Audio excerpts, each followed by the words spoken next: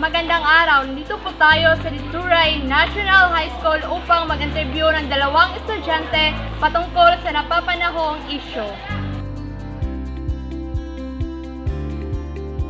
Magandang araw sa iyo. Pwede ba kita interviewin patungkol sa korupsyon at infrastruktura? Paano nakaapekto ang korupsyon sa mga proyekto ng gobyerno?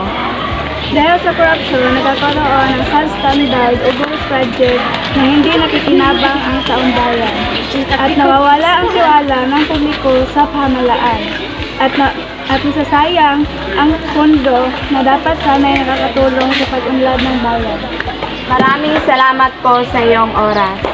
Ngayon, maghahanap naman tayo ng isa pang estudyante para sa ating huling tanong. Excuse me, pwede ba kitang may interview? Sige po. May tatanong lang ako sa iyo. Ano ang implikasyon ng paggamit ng liderato sa Senado sa pamalakad ng gobyerno? Ang palit ng liderato ay maaaring magdulot ng pagbabago sa mga batas na unahin ng Senado. Kung ang bagong Senate President ay may prioridad, maaaring maapektuhan ang panukalang batas na nakabinhin. Nakakaapekto rin ito sa relasyon ng Senado sa Pangulo at sa ibang pansangay ng gobyerno.